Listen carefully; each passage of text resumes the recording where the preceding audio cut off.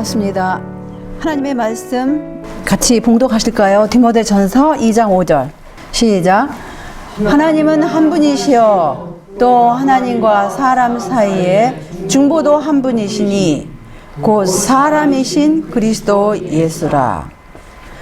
하나님과 사람 사이의 중보는 오직 한 분이심을 우리가 성경 말씀과 또 예수의 증거에서 살펴보는 그런 시간을 가지십시다. 조금 전에 살펴본 디모데전서 2장 5절 말씀은 너무나 확실한데 이 말씀에 더하거나 빼는 그러한 일들이 부지 중에 있는 것 같아요. 그래서 이 말씀이 과연 우리가 어떻게 받아들일 것인지 마태복음 11장 27절을 한번 보십시다. 내 아버지께서 모든 것을 내게 주셨으니 아버지 외에는 아들을 아는 자가 없고 아들과 또 아들의 소원대로 계시를 받는 자 외에는 아버지를 아는 자가 없느니라. 여기 말씀해 보시면 아버지 외에는 아들을 아는 자가 없다고 분명히 말씀하시죠. 아버지 외에는 아들을 아는 자가 없다고 이렇게 말씀하세요. 근데 같은 말씀을 누가복음 10장 22절에도 또 반복을 하십니다. 내 아버지께서 모든 것을 내게 주셨으니 아버지 외에는 아들이 누군 자가 아는 자가 없고 아들과 또 아들의 소원대로 계시를 받는 자 외에는 아버지가 누군지 아는 자가 없나이다. 이사야 8장 20절에 보시면 마땅히 율법과 증거의 말씀을 조칠지니 그들의 말하는 바가 이 말씀에 맞지 아니하면 그들이 정령이 아침 빛을 보지 못하고. 그래서 우리가 그동안에 배웠던 것이 마땅히 율법과 증거의 말씀에 맞는지, 또 우리가 그동안에 생각하는 것이, 이해하는 것이 마땅히 하나님의 말씀과 예수의 증거의 말씀에 맞는지 우리가 다시 한번 살펴보는 그런 시간을 가졌으면 좋겠어요. 많은 경우에 있어서 사람들이 이 잘못 믿으면서도 잘 믿는다고 생각하는 것은 그동안 자기가 눈으로 스스로 말씀을 금을 캐듯이 연구를 하지 않고 그냥 어디서 남들에 의해서 주워 들은 것이 자기 세상이 된 경우가 상당히 많습니다. 대부분의 기독교인들이나 이 대부분의 사람들이 그냥 그렇게 살아가는 거예요. 그냥 들은 것만 가지고 사는 거예요. 근데 우리가 그동안에 들은 것들이 말을 전해준 사람이 진리의 말씀에 제대로 정립된 사람의 말인지 아니면 그 사람도 잘못 들어서 전해준 것인지 이거를 확인할 필요가 있어요. 개인적으로. 하나님께서 아담과 하와 또 그 사람을 창조하신 목적을 이렇게 말씀하세요. 아담이 창조주의 손으로 지음을 받았을 때에는 그의 육체와 지능과 영성은 하나님을 매우 닮아 있었다. 하나님이 자기 형상, 곧 하나님의 형상대로 사람을 창조하시고 사람이 오래 살면 살수록 더욱 완전히 창조주의 형상을 나타내어 그분의 영광을 보다 충분히 반영하게 하려고 목적하신 것이다. 그래서 사람이 정말 세월이 지나면 지날수록 하나님의 형상, 내적인 형상, 외적인 형상을 잘 나타내고 그분의 영광을 보다 충분히 다시 반사하게 하시는 것이 하나님의 창조의 목적이었어요. 이 사람을 만드신 그 목적이었어요. 그래서 사람의 모든 재능은 발달 가능성이 있었으며 그 능력과 활력은 끊임없이 증진하게 되어 있었다. 아담과 하와를 만드셨을 때 완벽하게 하셨지만 그렇다고 해서 그 완벽한 것이 거기서 그 상태에서 멈추는 것이 아니었어요. 이 우주가 저는 잘 모르지만 그 우주학자들에 의하면 근데 그게 사실인 것 같아요. 우주는 계속 팽창을 한대요. 마찬가지로 이 완벽한 우주이지만 그래도 하나님께서 계속 더욱 더 늘리시는 것처럼 아담과 하와도 완벽하게 만드셨지만 세월이 지나면 지날수록 더 완벽하게, 더 가까이, 더 이렇게 능력과 활력이 끊임없이 증진되는 것이 주님의 뜻이었어요. 그래서 재능의 활용 범위는 광대하였고 연구를 위해 펼쳐진 분야는 놀라웠다. 눈에 보이는 우주의 신비, 곧 지혜가 온전하신 자의 기묘한 일들은 사람의 연구심을 불러일으켰다. 이렇게 말씀하십니다. 그래서 여기 교육책 15쪽에 보시면은 죄를 짓기 전에 아담과 하와는 창조주와 대면하여 마음을 열어놓고 교제하는 것은 사람에게 있어서 큰 특권이었다. 만일 사람이 하나님께 대한 충성을 변치 아니하였더라면 그 모든 특권이 영구히 사람의 것이 되었을 것이다. 무궁한 시대를 통하여 계속적으로 새로운 지식의 보화를 얻고 행복의 새 샘을 찾으며 하나님의 사랑과 지혜와 힘에 대하여 더욱더 밝은 개념을 가지게 되었을 것이다. 창조함을 받은 목적을 보다 완전히 성취함으로써 창조주의 영광을 더욱 잘 나타낼 수 있었을 것이다. 그래서 보시면은 이 죄가 들어오기 전에는 분명히 우리가 짚고 넘어가야 했거든. 아담과 하와는 창조주 하나님 아버지와 또 그 창조에 참여하신 아버지께서 아들을 통하여 사실 아담과 하와를 창조하셨기 때문에 당연히 하나님 아버지와 예수님과 더불어 이렇게 여러분과 제가 지금 얼굴과 얼굴을 대면하는 것처럼 이렇게 대면하고 대화를 할 수 있는 그러한 엄청난 특권이 있었어요. 그런데 여기 엄청난 변화가 일어나요. 범죄가 들어온 이후에 지금 무슨 일이 있습니까?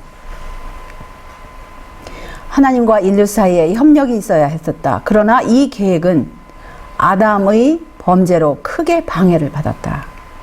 사단은 아담을 범죄하도록 인도했고 주께서는 아담이 범죄한 후에는 죄 없던 당시의 아담에게서처럼 교통하시고자 하지 않으셨다.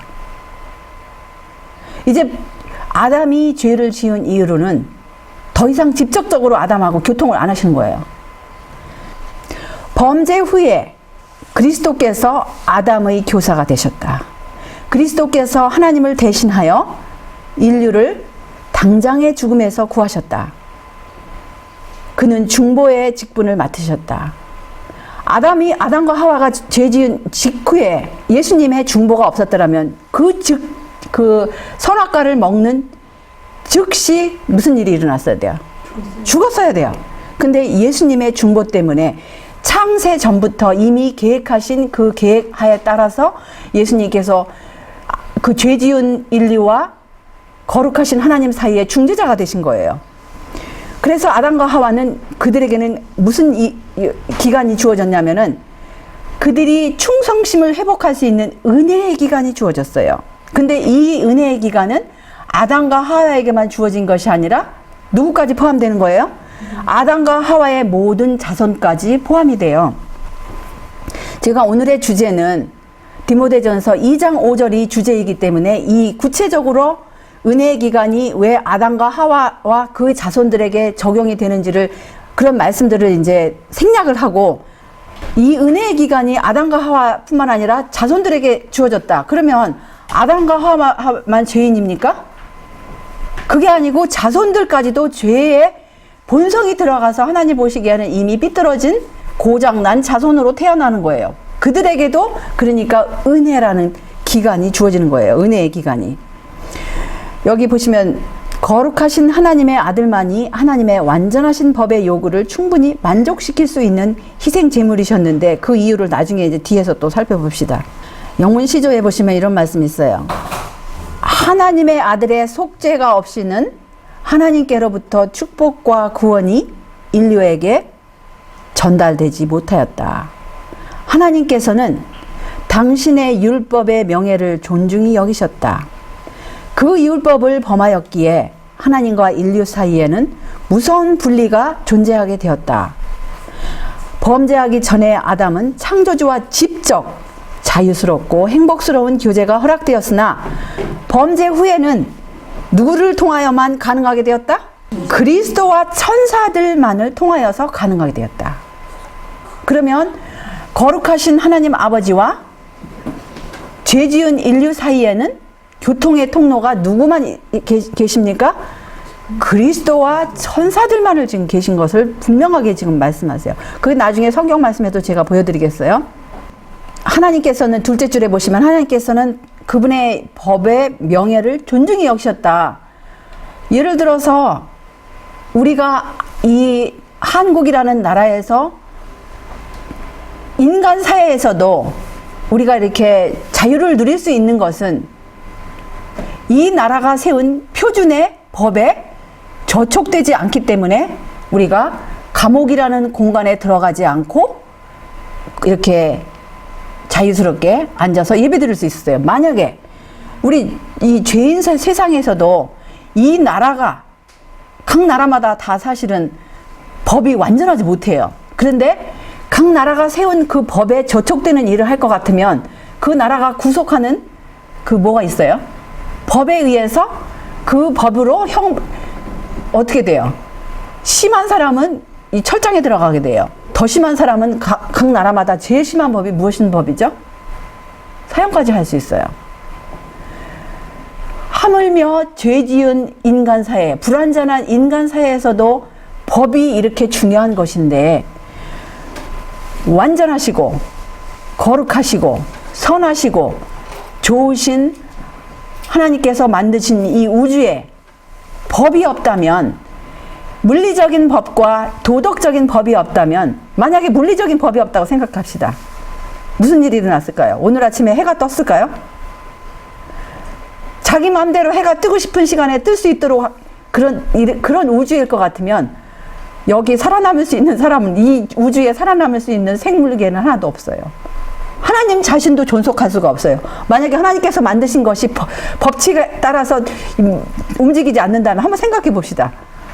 이 하나님께서 만드신 행성들이 어느 날 갑자기 하나님이 계신 새 예루살렘을 쳐버리고 맘대로 할 것 같으면 하나님 자신도 존속할 수가 없어요. 그러니까 하나님께서는, 완벽하신 분께서는, 사랑의 하나님께서는 물리적인 법과 도덕적인 법을 세우셨어요. 이 하나님께서 세우신 이 도덕적인 법이 없을 것 같으면, 도덕적인 법은 간단하게 할 것 같으면 무엇입니까? 첫 번째는 하나님을 최고로 사랑하고 하나님을 최고로 높이고 하나님을 목숨을 다해 사랑하는 것이고, 그 다음에 우리 사람들끼리 너희도 서로가 네 몸과 같이 사랑하라. 이것은 두 개로 그렇게 했지만 구체적으로 할 것 같으면 하나님에 대한 사랑은 4계명으로 갈라지잖아요. 다른 신을 섬기면 안 돼요. 그 다음에 우상을 섬겨도 안 되고, 오늘 안식일 시간처럼 그 다음에 하나님의 이름을 망령되이 일컬어도 안 되고, 안식일을 기억하여 거룩히 지키라는 것은, 만약에 그러한 법이 없을 것 같으면 그냥 모두가 다 신이 돼가지고 자기 맘대로 할 것 같으면 이 우주는 그냥 완전 전쟁터가 되는 거예요. 루스벨이 그 일을 하늘에서 시작한 것이, 그게 이 엉망진창의 세상이 이렇게 오랫동안 존속되는 것이, 각자가 신이 될 것 같으면 하나님과 예수님 이외에는 완벽하신 분이 없어요. 그 이외에 다른 존재가 신이 될 것 같으면 완전히 이 우주는 엉망진창, 가장 무서운 장소가 될 거예요. 그러니까 가장 온전하시고 선하시고 사랑이신 하나님 아버지와 그분의 아들 예수님 이외에는 우리가 이 피조물들은 안전하지가 못해요. 그 법을 어긴 다음에는. 그래서 더 계속해서 보시면은 하나님께서는 그리스도와 천사들을 통하여 죄 지은 인간과 교통하시고자 이제 하신 거예요. 그러니까 사도 바울도 그 사실을 알았어요. 디모데전서 5장 21절을 보시면, 하나님과 그리스도 예수와 택하심을 받은 천사들 앞에서 내가 엄히 명하노니, 너가 누구입니까? 디모데예요. 너는 편견 없이 이것들을 지켜 아무 일도 편벽되이 하지 말며. 디모데에게 하신 말씀이지만 이거는 디모데에게 국한 것이 아니라 이 성경 말씀을 읽는 모두에게 명하신 거예요. 누구의 이름으로? 누구 앞에서? 하나님과 그리스도 예수와 천사들 앞에서 이렇게 명하신 거예요. 또 다른 보이지 않는 존재들이 없어요. 지금 하나님 말씀에 이렇게 명백하게 있지 않습니까? 왜냐하면 디모데전서 2장 5절을 너무나 오해를 해요, 사람들이. 그것은 그냥 그렇지 그러면서 막상 다른 측면에서 소개를 하면은 이런 말씀들을 그냥 무시를 하고 복잡한 신앙생활을 하고 있는 현실이 바로 우리들 앞에서 벌어지고 있지 않습니까? 또한 디모데전서 6장 13절에 보시면 또 이렇게 말씀하세요. 만물을 살게 하신 하나님 앞과 본디오 빌라도를 향하여 선한 증거로 증거하신 그리스도 예수 앞에서 내가 너를 명하노니, 또 역시 여기서 하나님과 예수 그리스도 앞에서 디모데가 명령을 하시는 거예요. 그리고 여기 또한 고린도후서 11장 2절에 보시면 내가 하나님의 열심으로 너희를 위하여 열심 내노니 내가 너희를 정결한 처녀로 한 남편인 그리스도께 드리려고 중매함이로다. 여기 한 남편이라고 이렇게 표현을 하세요. 예수님을. 계속하여 여기 이제 예수의 증거에 뭐라고 하시냐면은 오직 그리스도를 통하여서만 인간은 하나님께 나아갈 수 있게 되었다. 그리고 오직 그리스도를 통하여서만 하나님께서는 인간과 교통하실 것이었다. 지금 인간이 하나님께 나아가는 길도 오직 예수 그리스도, 그 다음에 하나님께서 인간에게 교통하시는 첫째 분도 바로 오직 예수 그리스도. 그러니까 예수님께서도 이 사실을 염두에 두시고 하신 말씀이, 이 말씀 속에는 엄청난 여러 거대한 분야가 포함이 돼요. 예수님께서 간단하게 말씀하시기를 내가 곧 길이요 진리요 생명이라고 하셨지만 이 말씀 가운데는 어마어마한 것을 포함하고 있어요. 나로 말미암지 않고는 아버지께로 올 자가 없다고 하세요. 이 말씀을 연구하시면 하실수록 여러분과 저에게는 엄청난 힘이 될 것입니다. 여기 창세기 28장 12절에 보시면 꿈에 본즉 사닥다리가 땅 위에 섰는데 그 꼭대기가 하늘에 닿았고 또 본즉 하나님의 사자가 그 위에서 오르락 내리락 하고, 야곱이 형이 무서워서 이제 도망을 갈 때, 형을 속였을 때 이제 형이 노발대발하였을 때 이제 두려워서 부모의 허락을 얻고 이제 도망을 가는데 정말 이 외로운 중에 광야에서 잠을 잤을 때, 근데 야곱이 이렇게 형을 속인 것은 그 수단은 정말 나빴지만 동기는 아주 너무나 신앙적인 동기였어요. 근데 이제 수단조차도 우리는 하나님의 방법을 빗나갔을 때는 이 야곱의 생애가 얼마나 힘든 생애였어요. 비참한 생애였죠. 근데 왜냐하면 동기는 좋았지만 수단이 나빴기 때문에 그 값을 자기가 평생 동안 치렀던 거예요. 근데 그 동기를 보시고 하나님께서 꿈을 주셨어요. 보니까 꿈 가운데 사닥다리가 있는데 그 사닥다리가 하늘에 닿았고 또 하나님의 천사들이 그 위에서 오르락 내리락 하는 것을 보고 그는 꿈을 깨고 일어나서 그 절망 가운데서 이제 소망을 찾았어요. 근데 예수님께서 이 말씀을 또 요한복음 1장 51절에 같은 말씀을 어떻게 하십니까? 또 가라사대 진실로 진실로 너희에게 이르노니 하늘이 열리고 하나님의 사자들이 인자 위에 오르락 내리락 하는 것을 보리라. 야곱이 본 사닥다리가 예수님께서는 예수님 자신임을 여기서 이렇게 말씀하시는 거예요. 예수님 위에 천사들이 오르락 내리락 하고 그동안에 단절되었던 아담과 하와가 죄를 지은 이후로 하나님과 직접 교통하는 그런 교통의 길이 단절된 것을 그리스도를 통하여 천사들을 통하여 교통이 열린 것을 이렇게 말씀하시는 거예요. 여기 영감의 말씀에 이렇게 말씀하세요.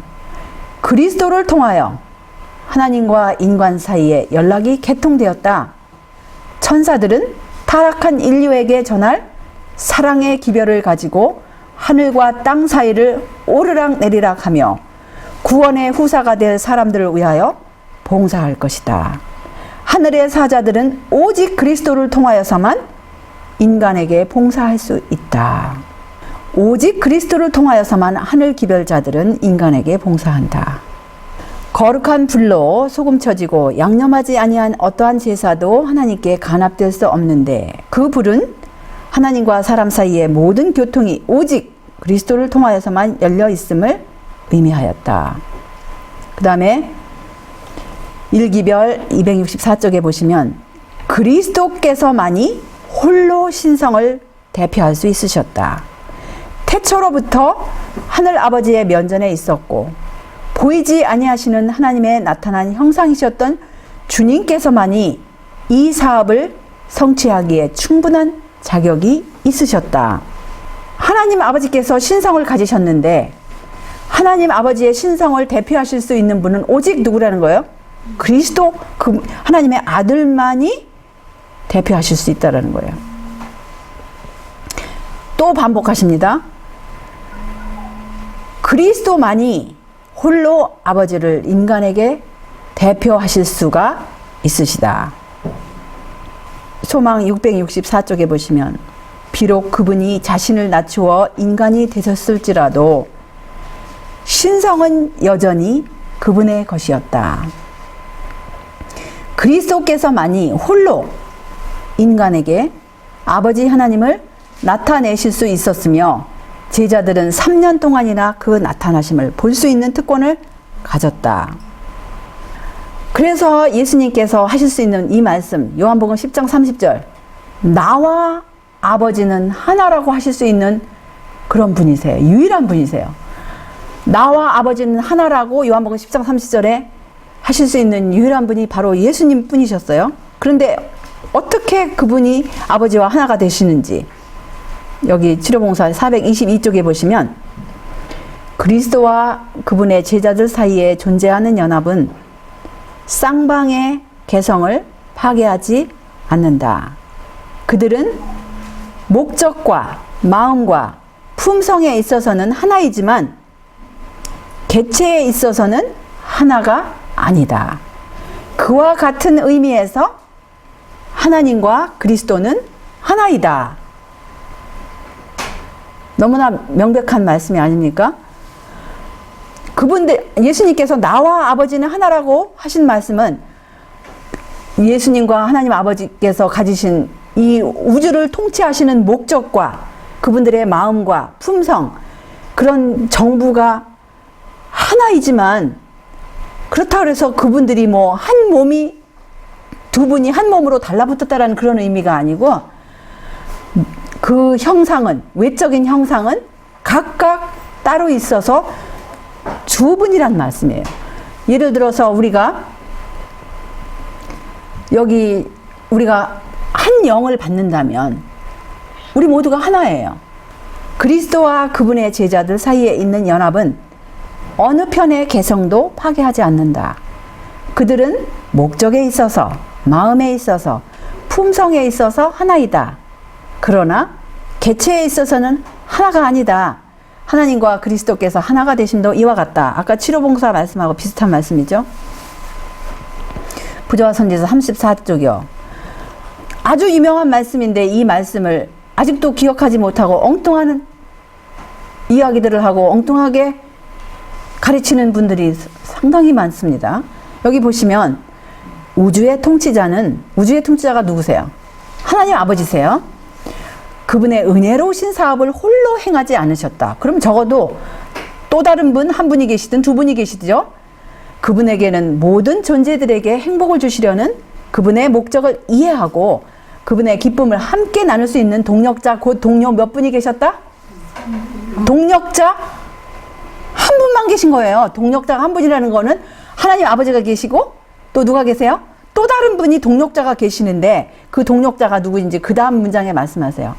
태초에 말씀이 계시니라. 이 말씀이 하나님과 함께 계셨으니 이 말씀은 곧 하나님이시니라. 그가 태초에 하나님과 함께 계셨다. 요한복음 1장 1절 2절 이 영감의 그 하나님의 영에 의해서 감동을 받은 제자 요한, 사랑하는 제자 요한이 쓴 요한복음 서두에도 이것을 이해하고 이렇게 쓰신 거예요. 근데 동일한 그 영이, 하나님의 거룩한 영이 제자 요한을 감동하신 그 영이 역시 이 영감의 글을 쓴 저자도 감동하시사 같은 사상이 된 것을 우리가 깨닫지 않습니까? 홀로 하지 아니하고 하나님 아버지와 말씀이신,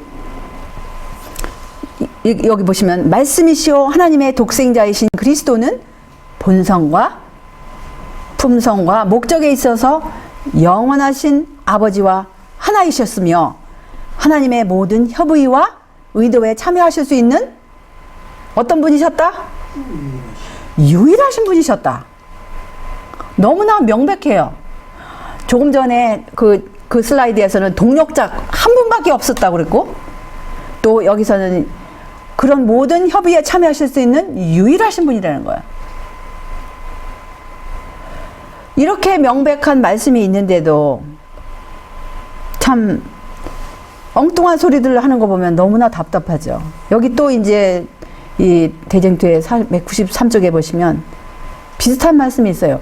이 대쟁투 총서를 보면 정말 이 영감의 글, 예수의 증거를 보면요, 중요한 거는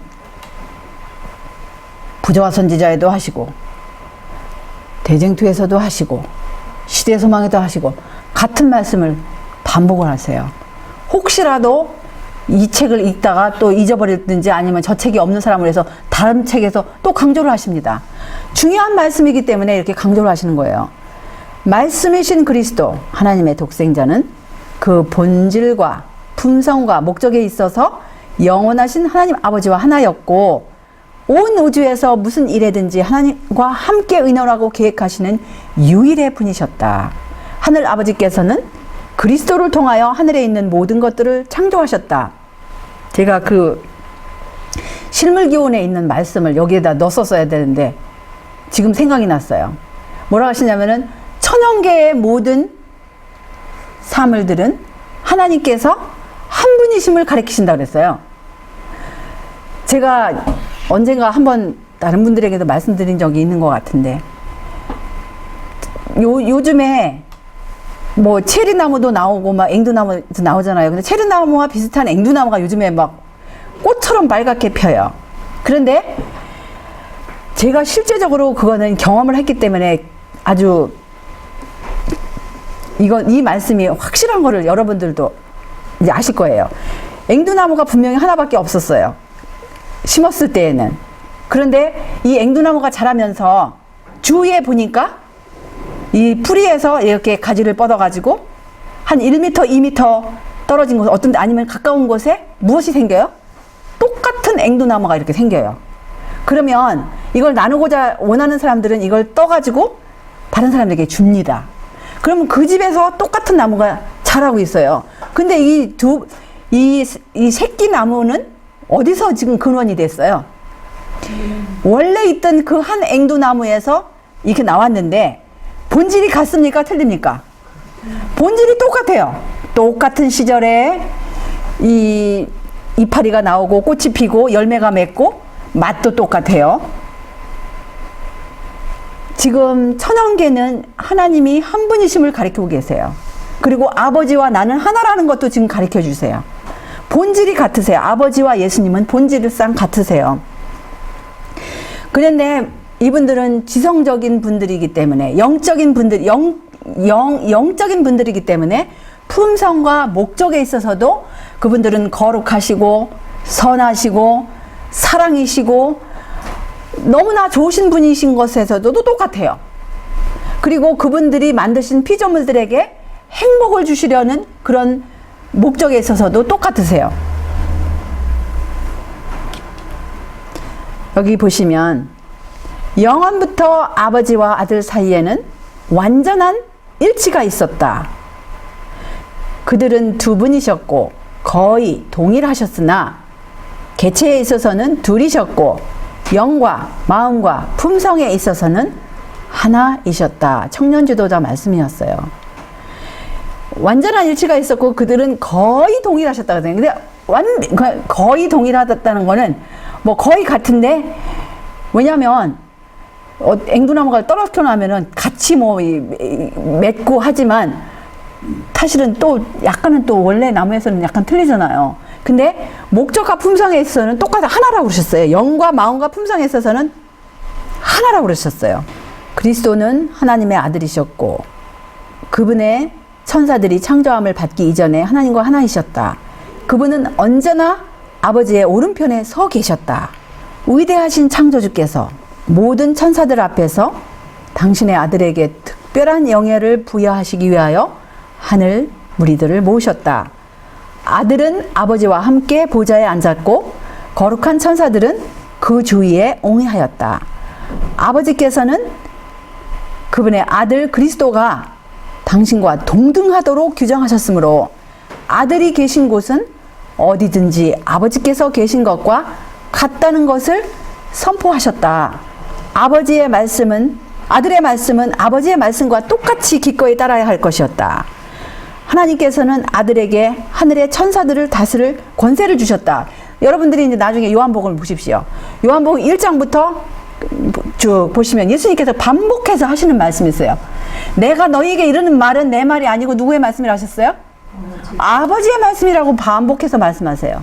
그 예수님께서 그게 심심해서 하신 말씀이 아니고 정말 그렇기 때문에 예수님이 하시는 말씀은 본인이 지어내서 하신 말씀이 아니에요. 아버지로부터 들은 말씀, 하늘에서 이미 들으신 말씀을 이 땅에 가르쳐 주신 거예요. 영원한 시대로부터 주 예수 그리스도는 아버지와 하나이셨다. 그분은 하나님의 형상이요 하나님의 위대하심과 위엄하심의 모습이며 그의 영광의 광채이셨다. 겉으로 이 땅에 성육신 하시는 동안에는 그 모습이, 이 영광의 모습이 감추어졌기 때문에 이 사람의 모습과 유대인의 모습으로 오셨지만 이 땅에 내려오시기 전에는 아버지의 영광의 모습, 휘황찬란한 그 모습, 죄인이 볼 수 없는 그 모습으로 예수님도 똑같이 아버지와 같은 모습을 갖고 계셨어요. 하나님의 거룩하신 아들 주 예수 그리스도는 영원 전부터 계셨고 명확히 독립된 개체이시지만 아버지와 하나이셨다. 천사들은 인간 가족들 아주 가까운 형제의 그리스도께서 말씀하신 아버지와 아들이 하나됨 같이 그들도 하나 되게 하려고 일하고 있다. 하나님의 은총을 그처럼 많이 받은 사람들이 어떻게 그들의 특권과 기회들을 감사하지 않을 수가 있겠는가? 그래서 천사들이 하나님의 거룩한 천사들이 이 인간들을 계속 예수님께로 이끄시고 하나님의 말씀으로 이끄시면서 아버지와 예수님이 하나 되신 것처럼 하나 되게 하려고 이렇게 봉사를 하시는데 그 반대의 세력, 마귀의 천사들은 수단 방법을 가리지 아니하고 하나 되게 하는 것을 막아요. 왜냐하면 인간 가족이 예수님과 하나님과 예수님처럼 목적과 품성과 영이 하나가 될 것 같으면 마귀가 존재할 자리가 없어요. 근데 마귀가 자기의 시간을 늙기 위해서 각 사람에게 맞도록 그런 어두움의 영의 가르침들을 계속 넣어주고 있어요. 하늘의 천사들은 인간 가족을 한 형제로 만들기 위해 일하고 있다. 이것은 그리스도께서 설명하셨듯이 하나님 아버지와 아들이 하나이신 것과 같다. 매일 하나님께 굴복하고 순종하는 사람, 신의 성품에 참여하는 자가 되는 사람은 하나님의 계명을 지키는 데서 매일 기쁨을 발견한다. 왜냐하면 그는 하나님과 하나이기 때문이다. 여러분, 그러니까 성도들의 인내가 여기 있나니 저희는 하나님의 계명과 예수 믿음을 지키는 자라고 했잖아요.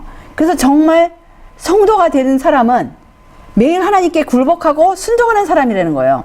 그들은 신의 성품에 참여하는 자가 되고 또 어디서 기쁨을 찾는 거 하면 하나님의 계명을 지키는 데서 기쁨을 발견한대요. 이건 이제 각자 개인들이 가진 숙제예요. 내가 하나님의 계명을 순종하는데 기쁨이 과연 있는가? 아니면 이것이 나에게 큰 부담인가?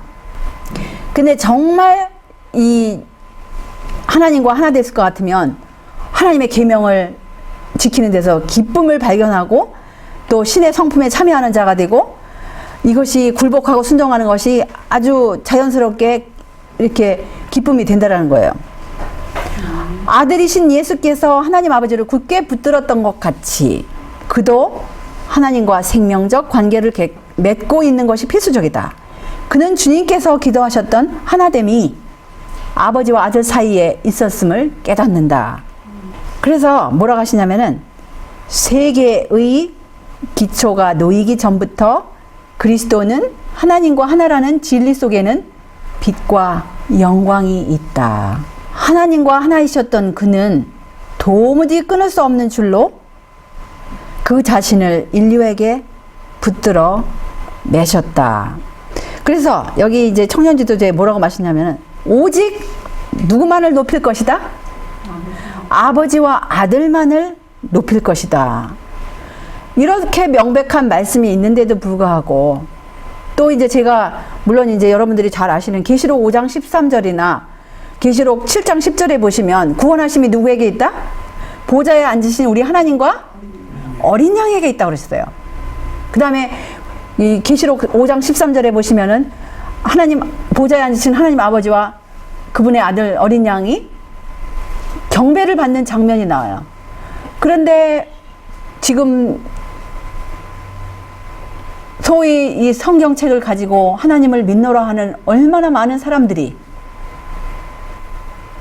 지금 두 분만을 높이는 것이 아니고 어떻게 높이고 있습니까?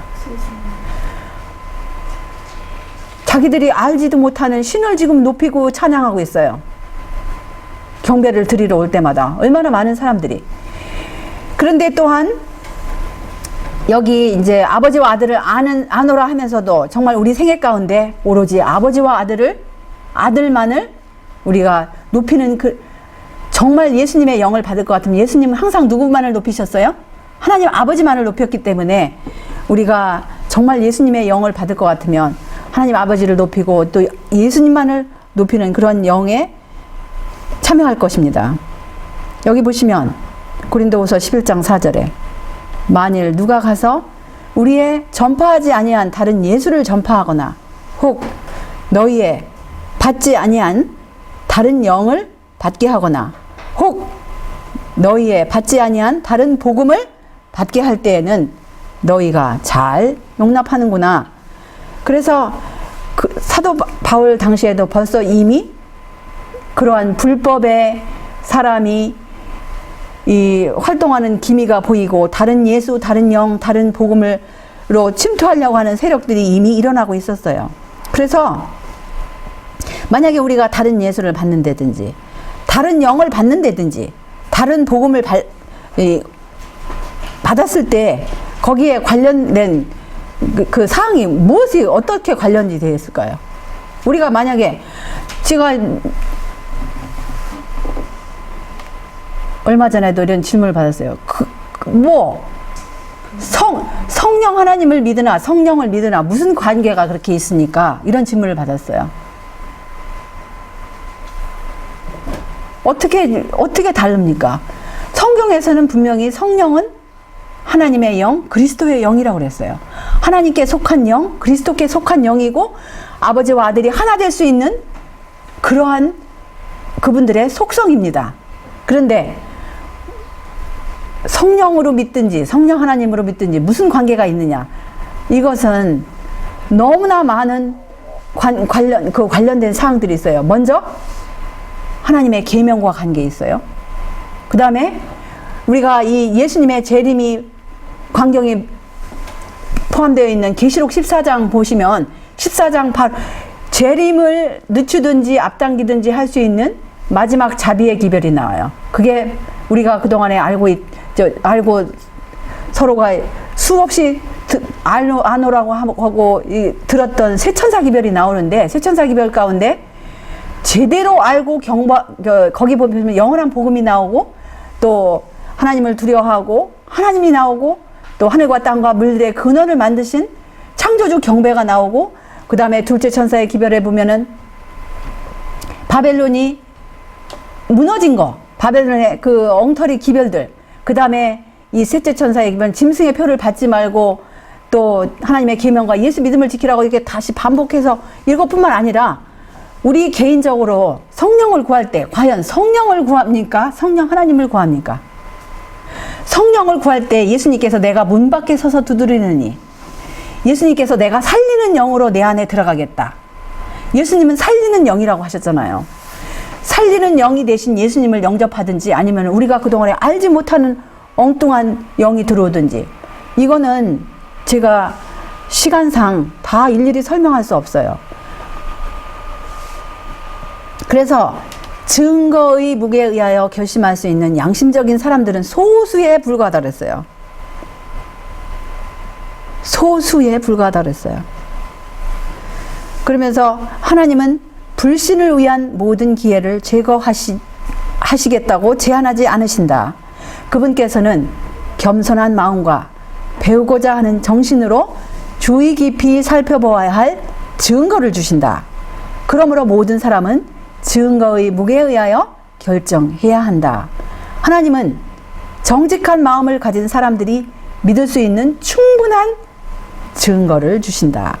그러나 자신의 유한한 이해력에 분명히 밝혀질 수 없는 것들이 약간 있다는 이유로 설득력 있는 증거로부터 돌아서는 자는 불신과 의심에 차갑고 냉랭한 공기 속에 머물게 되고 또 무엇을 당하게 될 것이다? 믿음의 파선을 당하게 될 것이다. 자기들의 유한한 생각으로 이해하지 못하는 몇 가지가 있다고 해서 정말 강력한 증거의 그런 말씀을 주셨는데 그거를 무시하는 자는 믿음의 파선을 당하겠다 그랬어요. 나는 백성들이 거절하는 빛이 크면 클수록 그들에게 다가올 기만과 흑암의 세력이 커질 것을 보았다. 진리를 거절할 때 사람들은 포로, 곧 사단의 기만의 백성으로 남게 된다. 참 두려운 사실이죠. 근데 이렇게 강력한 말씀이 있는데 수많은 사람들은 즐겁게 그렇게 포로 상태로 남아 있어요. 여기 또 영감의 말씀 일기별에 이렇게 말씀하세요. 340쪽에 인간의 구원을 위하여 다른 방도는 없다. 그리스도께서는 나를 떠나서는 너희가 아무것도 할 수 없다고 말씀하셨다. 오직 그리스도 한 분만을 통하여서 생명의 샘이 인간의 성품에 활력을 불어넣어 줄 수 있으며 그의 체험들을 새롭게 해주고 그의 애정이 하늘로 향하여 흐를 수 있도록 도울 수 있다. 신성이 인성과 연합함으로 말미암아 그리스도께서는 지식을 밝혀주실 수 있었으며 죄와 허물로 죽은 영혼에게 생명을 주시는 특성을 불어넣어 주실 수 있다. 그래서 사닥다리 되신 예수님께서 인성을 쓰신 이유는 하늘에서부터 가졌던 그분의 신성의 영으로 굴복하는 영에게 계속 주님께서 마음을 두드리실 때 굴복하는 영에게 그분의 영을 불어넣어 주셔서 모든 진리 가운데로 인도하시는 거예요. 첫 번째 진리가 깨달아야 할 진리가 뭐냐면 죄에 대해서 깨달게 해주실 거예요. 왜냐하면 모든 인류가 지은 것이 바로 죄였구나. 내가 바로 그 죄를 지은 인류 가운데 한 사람이었구나. 이걸 깨닫게 되고 예수님께로 달려가게 될 것입니다. 율법은 우리를 타락하고 죄 지은 인간에게 당신의 의를 나누어 주시며 당신의 의로운 품성을 통하여 하늘 아버지를 인간에게 나타내시려고 십자가에 달리신 그리스도에게로 인도한다. 그래서 예수님께서 말씀하신 이 능력의 말씀, 내가 곧 길이요 진리요 생명이니 나로 말미암지 않고는 아버지께로 올 자가 없다고 이렇게 말씀하셨어요. 그래서 이 명백한 말씀, 디모데전서 2장 5절 말씀, 하나님은 한 분이시요 또 하나님과 사람 사이에 중보도 한 분이시니 곧 사람이신 그리스도 예수시라 이렇게 말씀하신 그 예수님의 말씀, 하늘과 땅을 연결하시는 사닥다리 되신 예수님, 그분이 정말 우리의 기도에 영감을 불어넣어 주시고 예수님을 마음 밖에 두시지 마시고 정말 길이요 진리요 생명이신 그분이 우리의 왕이 되시고 우리의 길이 되시고 우리의 생명이 되시고 우리의 보혜사, 우리의 능력, 우리의 지혜, 우리의 방패, 우리의 인도자, 우리의 모든 소유가 되시는 그런 분이 될 수 있도록 우리가 마음을 항상 우리 주님께 여시기를 바라면서 말씀을 마치겠습니다. 하늘에 계시는 우리들의 아버지, 오늘도 우리들에게 이렇게 은혜의 한 날, 이 복된 안식일을 허락하여 주시옵시고 우리 하나님 아버지께서 우리의 시조 아담과 하와가 범죄했을 때에도 그들에게 다시금 주님께 돌아올 수 있는 이 은혜의 시기를 그들뿐만 아니라 그 자손들에게도 허락하신 주님의 무궁하신 사랑 참으로 감사합니다. 우리들이 이 주님께서 주신 명백한 이 성경 말씀과 또 영감의 글을 통하여 하나님과 사람 사이에 중보가 오직 한 분 예수 그리스도이심을 가르쳐 주셨사오니 길이요 진리요 생명이신 우리 주님을 항상 우리 마음 가운데 모시고 우리 시선이 온전히 세상 죄를 지고 가져가는 우리 구세주 예수님께만 고정될 수 있도록 인도하여 주시옵시고 어서 속히 이 죄악 세상을 떠나고 우리 하나님 아버지와 예수님을 얼굴과 얼굴을 대면할 수 있는 그 시간이 앞당겨 줄 수 있도록 우리들과 주님의 자녀들 또 이 세상 모든 사람들에게 주의 성령을 허락하시사 어서 속히 우리 본향에 들어갈 준비할 수 있도록 우리를 날마다 인도하시고 지도하여 주시옵기를 예수님의 귀하신 성을 의지하여 간절히 기도드리옵나이다. 아멘.